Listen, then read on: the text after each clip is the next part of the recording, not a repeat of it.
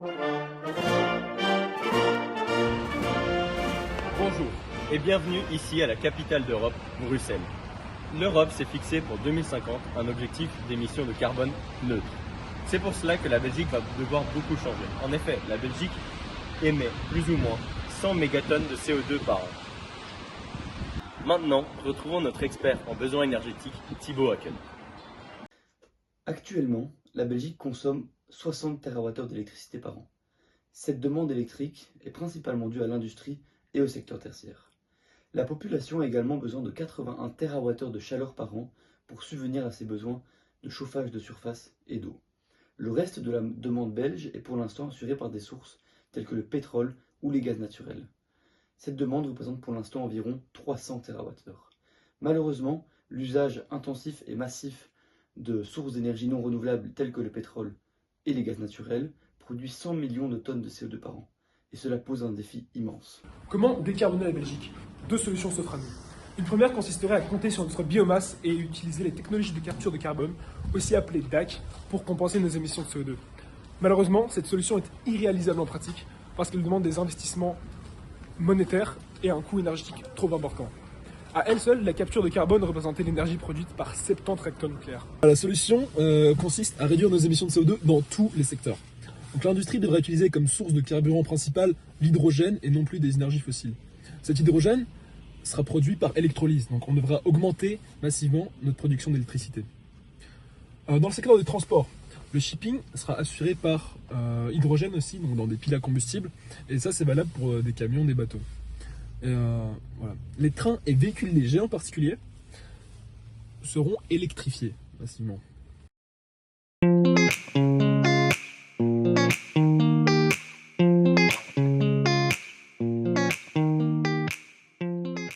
Les émissions restantes dans notre scénario correspondent à l'importation par habitant de CO2 ainsi qu'à l'utilisation de kérosène dans l'aviation et pour finir l'utilisation de pétrole dans l'industrie, par exemple pour la pétrochimie.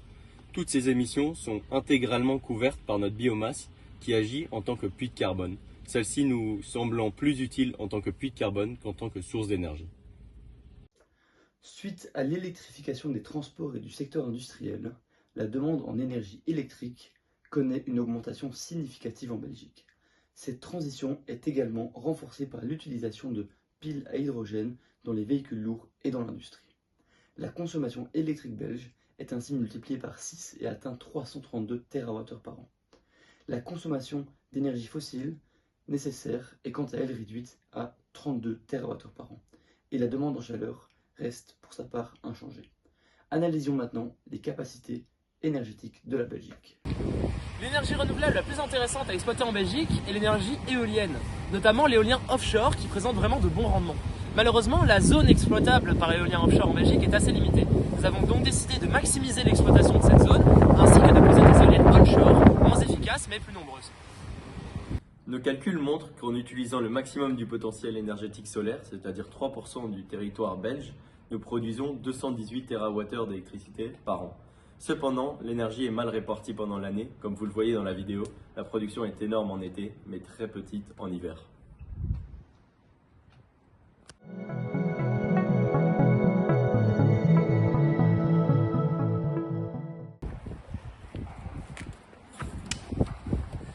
Malheureusement, le potentiel renouvelable, solaire et éolien compris en Belgique n'est pas suffisant pour combler les besoins énergétiques en une année. Nous avons aussi conclu différents partenariats avec d'autres pays de l'Union européenne, notamment la Grèce, à qui nous avons acheté 1000 km² de panneaux solaires dont nous tirons 80% de leur énergie. Nous, la Grèce, nous récupérons les 20% restants presque gratuitement.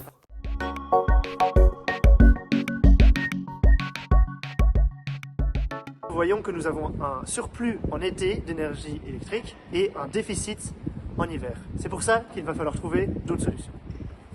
Dans notre scénario, pour pallier à la diminution de la production électrique des panneaux solaires grecs durant certains mois de l'année, nous avons choisi d'exploiter 10 centrales nucléaires. Ces centrales seront actives pendant 8 mois de l'année.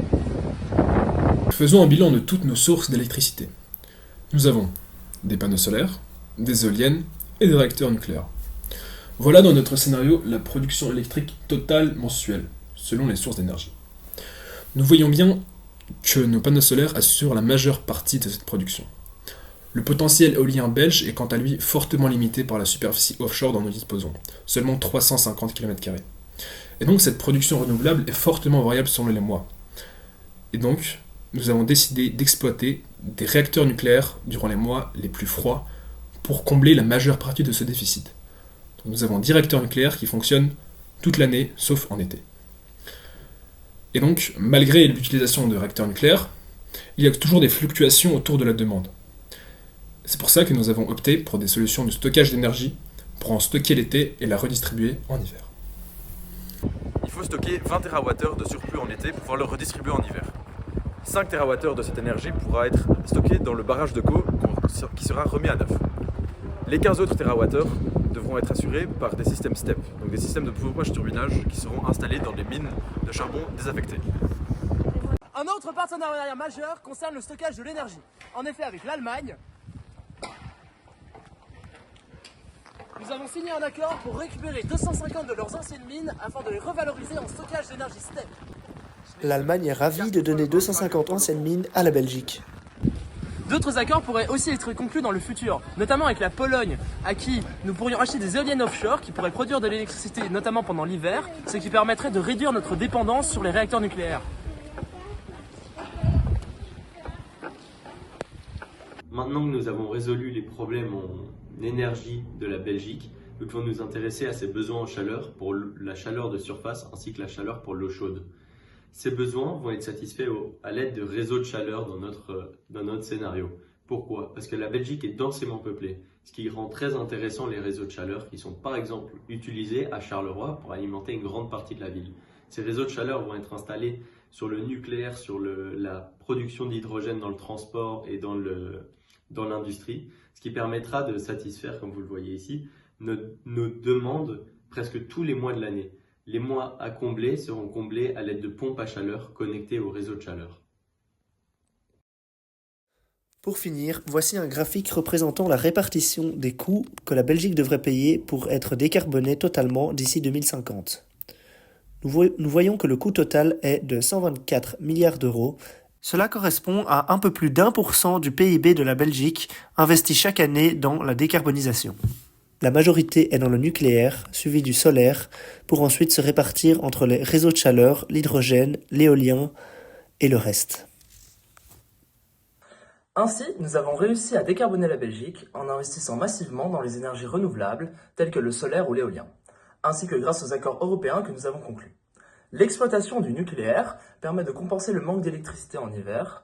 De plus, elle émet de la chaleur gratuite, valorisée grâce à nos réseaux de chaleur. Le surplus énergétique en été pourra être redistribué en hiver grâce au système de pompage-turbinage installé dans des mines belges allemandes ainsi grâce aux barrages existants.